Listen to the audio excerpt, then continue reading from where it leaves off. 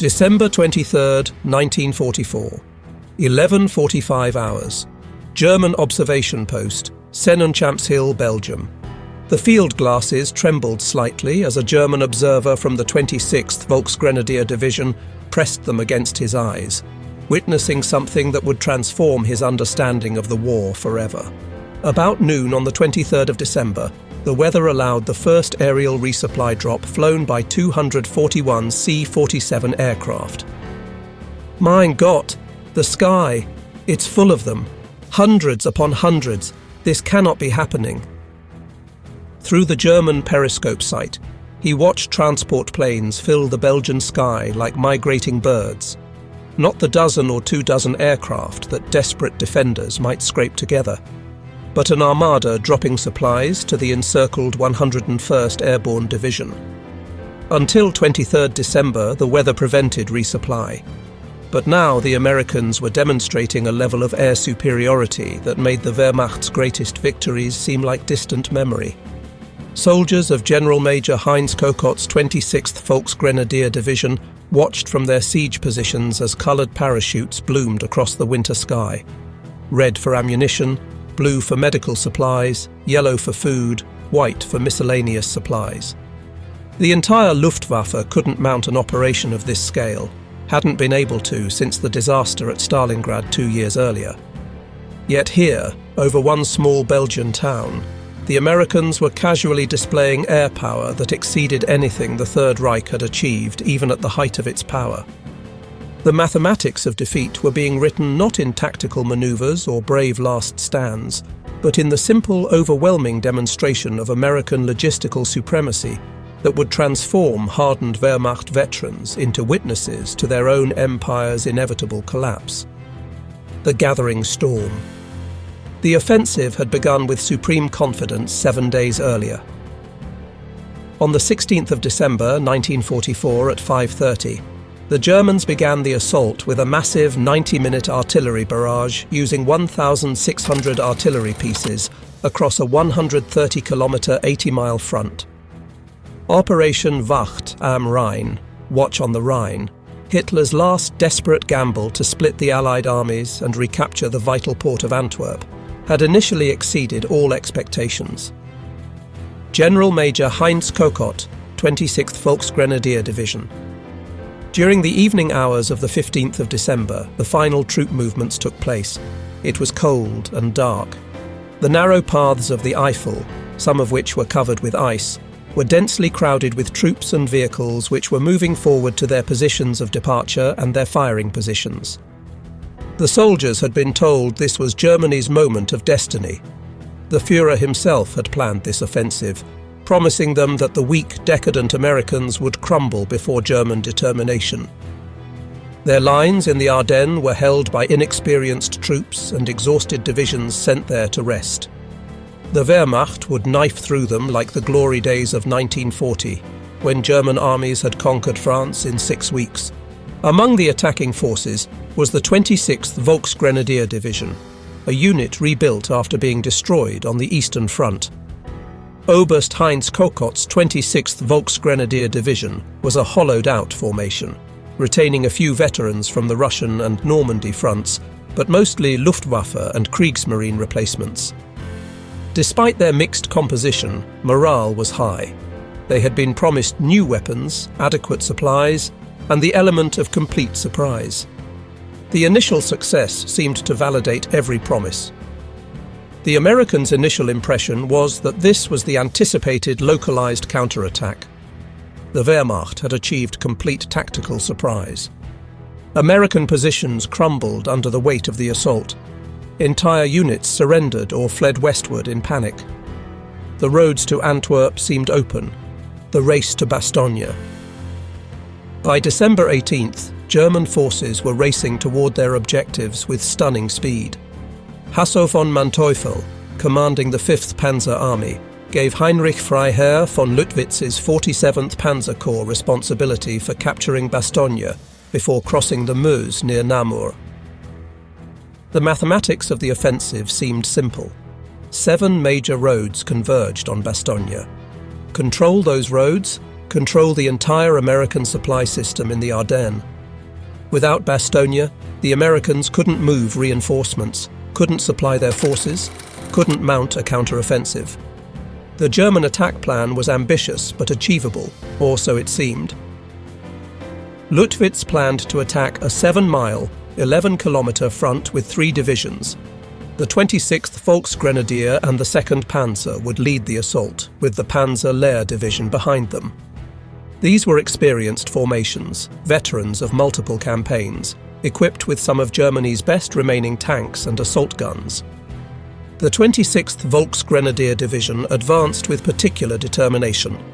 Its Panzerjäger anti-tank battalion had its full complement of 14 tracked Hetzer tank destroyers and an impressive 42 75mm anti-tank guns, making the 26th one of the best-equipped Volksgrenadier units in the Ardennes.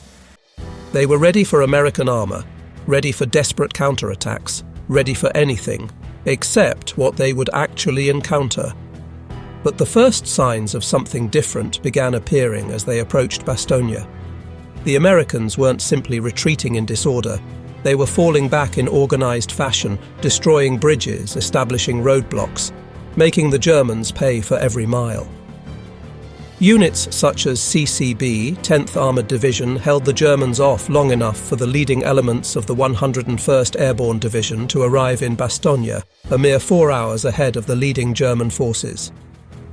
The 101st Airborne, the Screaming Eagles, had been resting in Reims, France, when the German offensive began. Within hours, they were loaded onto trucks and racing through the night toward Bastogne. They arrived exhausted, under-equipped for winter warfare, and immediately thrown into defensive positions. Yet they arrived in time, and that would make all the difference. The encirclement. By December 20th, German forces had successfully surrounded Bastogne. All 7 highways leading to Bastogne were cut by German forces by noon on the 21st of December, and by nightfall the conglomeration of airborne and armoured infantry forces were recognised by both sides as being surrounded. The trap had snapped shut. Inside were elements of the 101st Airborne Division, Combat Command B of the 10th Armoured Division, the 705th Tank Destroyer Battalion, and various other units, approximately 22,000 men in total. The American soldiers were outnumbered approximately 5-1, and were lacking in cold weather gear, ammunition, food, medical supplies, and senior leadership, as many senior officers, including the 101st's commander, Major General Maxwell Taylor, were elsewhere. From the German perspective, it was Stalingrad in reverse. Now it was the Americans who were trapped, cut off, doomed to surrender or die. General der Panzertruppe Heinrich Freiherr von Luttwitz, commanding the 47th Panzer Corps, was supremely confident. He had been in France in 1940 when the British Expeditionary Force was trapped at Dunkirk. He had seen what happened to encircled forces. They withered, their morale collapsed, they surrendered. The Americans in Bastogne had perhaps 3 days of ammunition, maybe 4 days of food if they rationed carefully. The harsh winter weather, temperatures dropping to -10 degrees Celsius, would do half the work for him.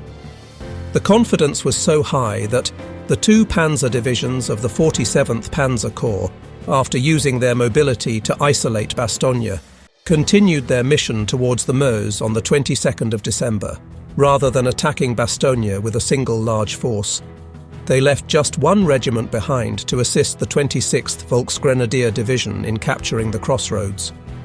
Why waste precious tanks and fuel on a town that would fall from starvation and cold? The main objective was Antwerp. Bastogne was just an annoying obstacle that would sort itself out. The weather weapon.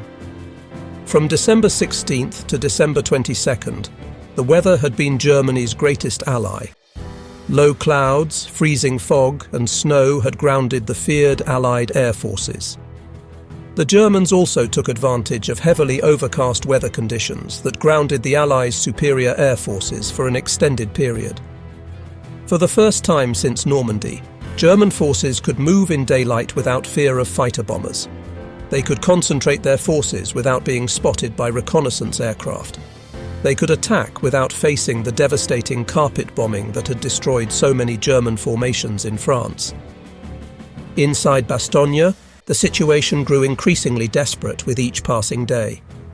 Some guns had no high-explosive shells left, and others had only a half dozen or so. Rations were totally exhausted. The defenders were reduced to scavenging supplies from destroyed vehicles and abandoned depots. Medical supplies were critically low. Wounded men were dying from injuries that would have been survivable with proper treatment. The ultimatum. On December 22nd, certain of imminent victory, the Germans sent their surrender demand. The scene was almost theatrical in its formality. On December 22nd, 1944, at about 11:30 in the morning, a group of 4 German soldiers, waving 2 white flags, approached the American lines using the Arlon Road from the direction of Resupply, south of Bastogne.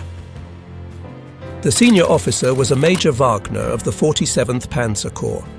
The junior officer, Lieutenant Helmuth Henke of the Panzer Lehr Operations Section, was carrying a briefcase under his arm. They had even brought blindfolds, confident they would be taken to the American commander to discuss surrender terms. The ultimatum was typed in both English and German, formal and threatening. The fortune of war is changing. This time the USA forces in and near Bastogne have been encircled by strong German armoured units. More German armoured units have crossed the river Orte near Orteville, have taken Marche and reached Saint-Hubert by passing through Hombre-Cibré-Tillé. The message went on to demand honourable surrender within 2 hours, threatening total annihilation if refused. From the German perspective, they were being generous, offering the Americans a chance to avoid pointless slaughter. When the American response came back, a single word, nuts, the German command was genuinely puzzled. McAuliffe reportedly replied with the cryptic statement, nuts, an answer that somewhat confused the Germans at first. Lieutenant Henke had to have it explained to him by Colonel Harper. If you don't understand what nuts means, in plain English it is the same as go to hell.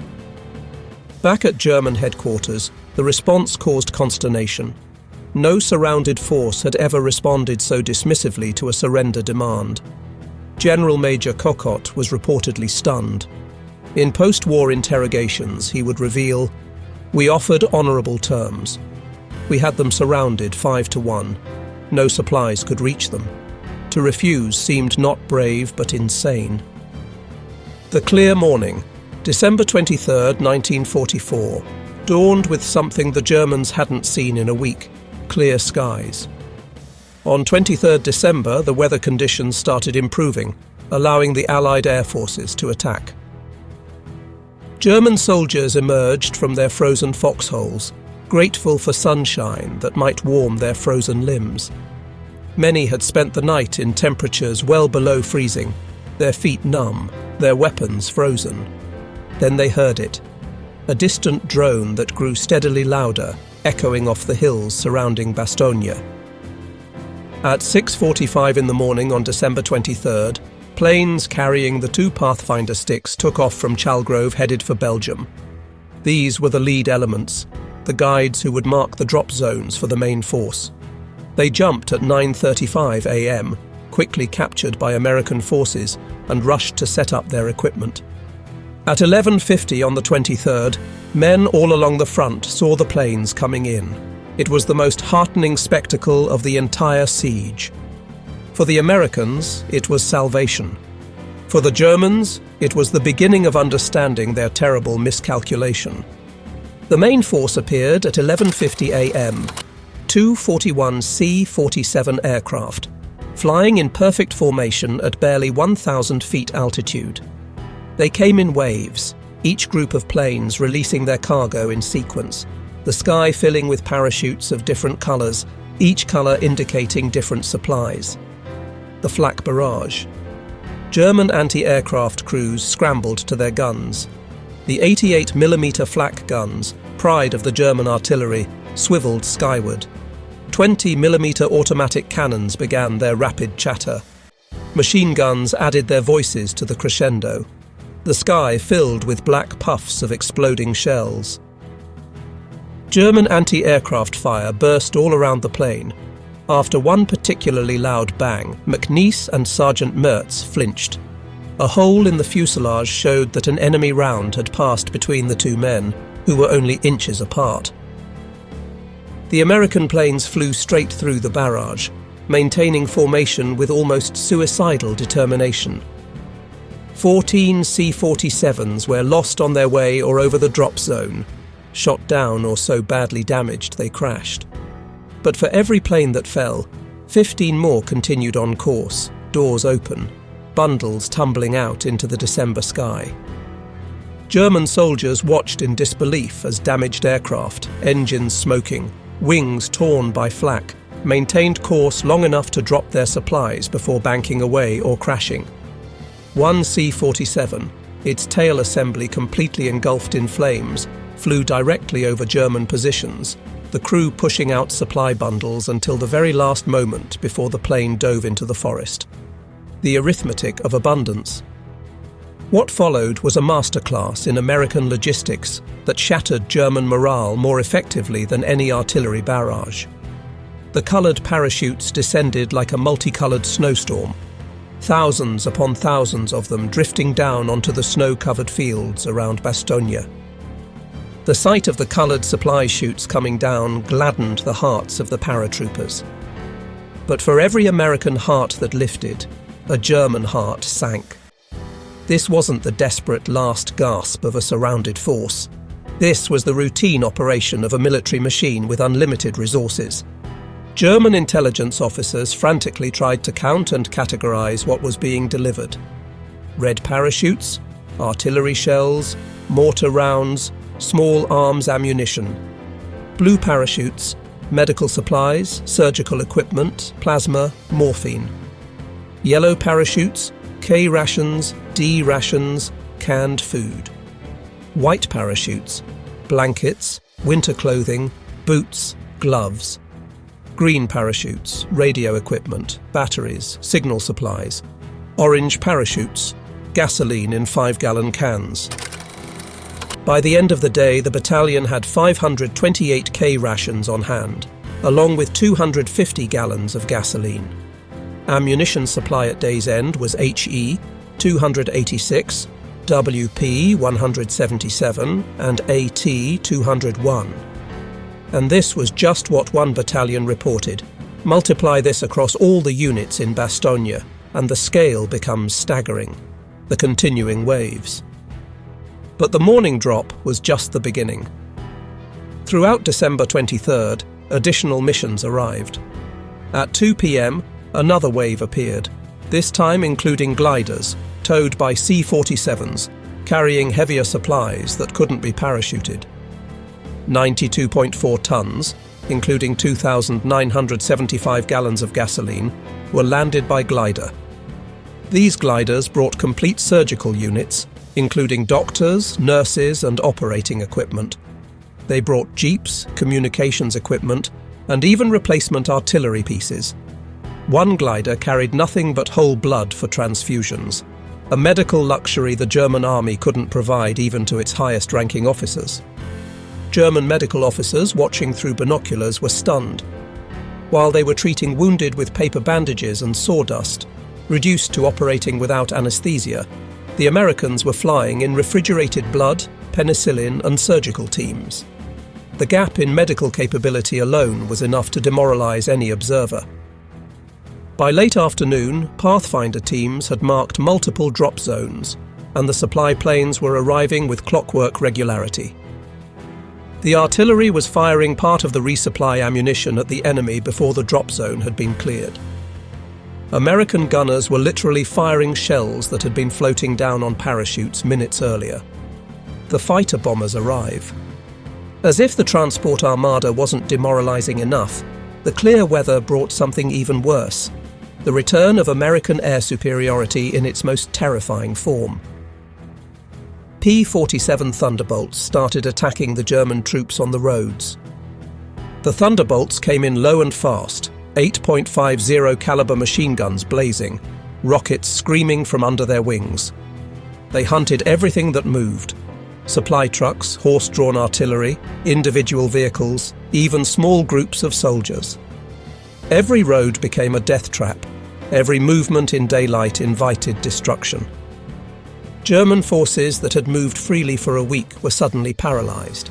Supply columns that had been moving toward the front were caught in the open and systematically destroyed. The psychological impact was immediate and devastating. After a week of feeling like they were winning, German soldiers were abruptly reminded of what they had faced in Normandy, an enemy with such material superiority that they could afford to hunt individual vehicles with aircraft. The demolition of hope. By nightfall on December 23rd, the psychological transformation among the German besiegers was complete. They had witnessed not just a supply drop, but a demonstration of overwhelming industrial and logistical superiority that defied comprehension. The mathematics were undeniable and depressing. If America could afford to risk hundreds of aircraft and crews to supply one surrounded division, what reserves must they have? If they could deliver hundreds of tons of supplies in perfect coordination on a few hours' notice, what was their true industrial capacity? Christmas Eve disaster. December 24th brought clouds and snow again, grounding the massive air fleets. German commanders hoped this might restore their advantage. The 26th VG received one Panzergrenadier regiment from the 15th Panzergrenadier Division on Christmas Eve for its main assault the next day. This would be their last chance. They had to take Bastogne before the weather cleared again. The German plan was ambitious. Because it lacked sufficient troops and those of the 26th VG Division were near exhaustion, the 47th Panzer Corps concentrated its assault on several individual locations on the west side of the perimeter in sequence, rather than launching one simultaneous attack on all sides. They would attack from the northwest, hoping to break through the supposedly weakened American lines. The attack began in the pre-dawn darkness of Christmas morning. In the pre-dawn hours of the 25th of December, Christmas Day, the Germans launched a second all-out attack intended to wipe out the Bastogne pocket. 18 Mark. 4 tanks with supporting infantry broke through the thin defensive line of the 327th Glider Infantry and began to advance toward Hemrola. For a moment, it seemed the Germans might succeed. The tanks broke through, infantry pouring through the gap. German soldiers advanced through the snow, certain that this time they would break the American defense. But the American response was ferocious and backed by the ammunition that had been delivered just 2 days earlier. 2 tanks managed to escape the deadly fire of the 463rd, but were destroyed by a rapid deployment armoured force dispatched by division headquarters. Of the 18 tanks which began the assault, none survived the day. The pattern breakthrough. December 26th delivered the final blow to German hopes. The siege was lifted on the 26th of December, when a spearhead of the 4th Armoured Division and other elements of General George Patton's 3rd Army opened a corridor to Bastogne. In the gathering darkness just after 1700 hours on the following day, 26th December, the first elements of Combat Command R of the 4th Armoured Division broke through the German encirclement from the south and relieved the siege. The first American tanks to enter Bastogne were from the 37th Tank Battalion, led by Lieutenant Colonel Creighton Abrams, who would later command all US forces in Vietnam. They found the defenders exhausted but unbroken, supplied by air, confident in victory. The statistical reality. The numbers tell the story more starkly than any personal account. According to US Army records, during the siege of Bastogne, 1,020.7 tons of supplies and equipment, including 4,900 gallons of gasoline, were dropped to the 101st Airborne by parachute, and 92.4 tons, including 2,975 gallons of gasoline, were landed by glider. Breaking this down by day, December 23rd, 241 C-47s in the main drop, plus additional missions. December 24th, limited operations due to weather. December 25th, Weather prevented major operations. December 26th to 27th. Continued resupply even after ground link established. In total, over 1,113 tons of supplies delivered by air. 15,000 plus artillery shells. Nearly 8,000 gallons of gasoline. Medical supplies for wounded. Food for 15,000 men. Winter clothing for the garrison. Compare this to German capabilities. German forces around Bastogne, initially 54,000 men. American forces in Bastogne, 22,000 men. German aircraft sorties over Bastogne, less than 100. American aircraft sorties, over 2,000. German supplies delivered by air, 0. The professional assessment. Post-war analysis by German military professionals confirmed what the soldiers in the field had instinctively understood. General der Panzertruppe Hasso von Manteuffel, who commanded the 5th Panzer Army during the offensive, reflected on the battle in his post-war writings, paraphrased from various interviews and memoirs. The essence of his assessment was that Bastogne demonstrated the Americans had solved modern warfare's fundamental problem, logistics. They could supply encircled forces by air more efficiently than Germany could supply advancing forces by road. When weather permitted, their material superiority was so overwhelming that tactical excellence became irrelevant. General Major Heinz Kokott, described by Colonel S.L.A. Marshall as a shy, scholarly and dignified commander who never raises his voice and appears to be temperate in his actions and judgments, provided perhaps the most succinct assessment in his post-war interrogation. His observation was clear. When those transport planes filled the sky on December 23rd, every German soldier who saw them understood that they were not fighting just an army. They were fighting an entire industrial civilization, and they were armed with rifles and horses. The meeting with Kinnard was a visible shock to the German commanders. It seemed incredible to them that this boyish-faced soldier had been one of their principal antagonists. When Kokott met Colonel Harry Kinnard, who had been G3 operations officer of the 101st during the siege after the war, he was amazed. Luttwitz said, "Are you certain he was chief of operations?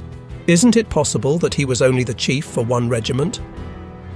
The wider impact.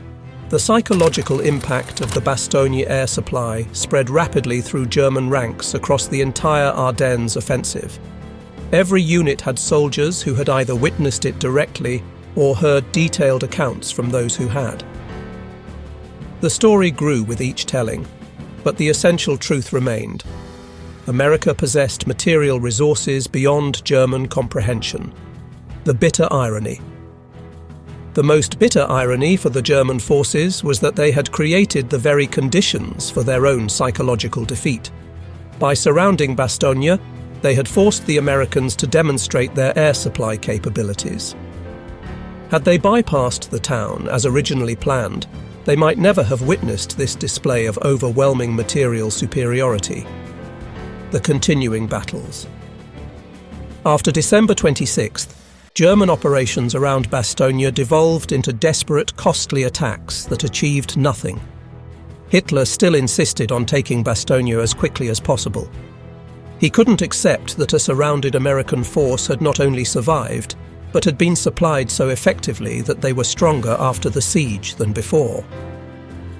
On 29 December, Decker received as reinforcements the 1st SS Panzer Division from the 6th Panzer Army. More divisions were thrown into the meat grinder: the 9th SS Panzer, the Führer Escort Brigade, the 167th Volksgrenadier. All bled white against American positions now reinforced and resupplied. The last major German attack began on the 4th of January and stalled very quickly. German soldiers attacked the same positions again and again, achieving nothing but adding to the casualty lists, the industrial reality they witnessed. What the German soldiers had witnessed was merely a fraction of American industrial capacity. They didn't know that.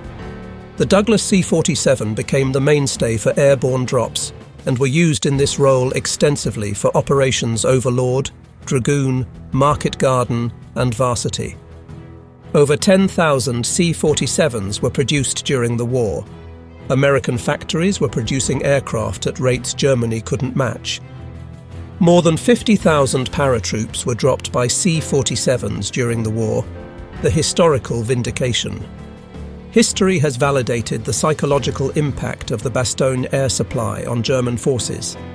Military historians consider it a pivotal moment not just in the Battle of the Bulge, but in demonstrating the futility of conventional military operations against overwhelming industrial superiority.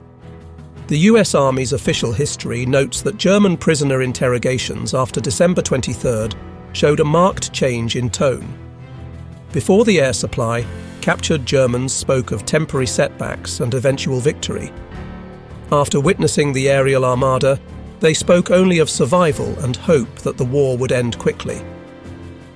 The 101st Airborne Division's casualties from 19th December 1944 to 6th January 1945 were 341 killed, 1,691 wounded, and 516 missing. Despite being surrounded and outnumbered 5-1, they had suffered relatively light casualties, testament to the effectiveness of the air supply in maintaining their combat capability. The ultimate lesson. The 101st Airborne would never surrender because they didn't need to. Their nation could supply them through the very air itself, turning the ancient art of siege warfare into an obsolete relic. The German soldiers who watched those 241 C-47s on December 23, 1944, plus the continuing waves of supply aircraft, witnessed not just the relief of Bastogne, but the future of warfare itself. A future that belonged to the nation that could fill the sky with aircraft as easily as Germany could fill a field with soldiers. They had seen the arithmetic of American abundance, and in those numbers was written the final chapter of the Third Reich. The war would continue for another 5 months, but for those who witnessed the sky over Bastogne fill with American planes, it had ended on that clear December morning when they realized that the 101st would never surrender. Not because they were braver or better soldiers, but because their nation would never let them fail. The planes over Bastogne didn't just supply the 101st Airborne. They shattered the last illusions of German victory and wrote in the sky the final truth of the Second World War. America's arsenal was vast, its resolve unbreakable, and its victory certain.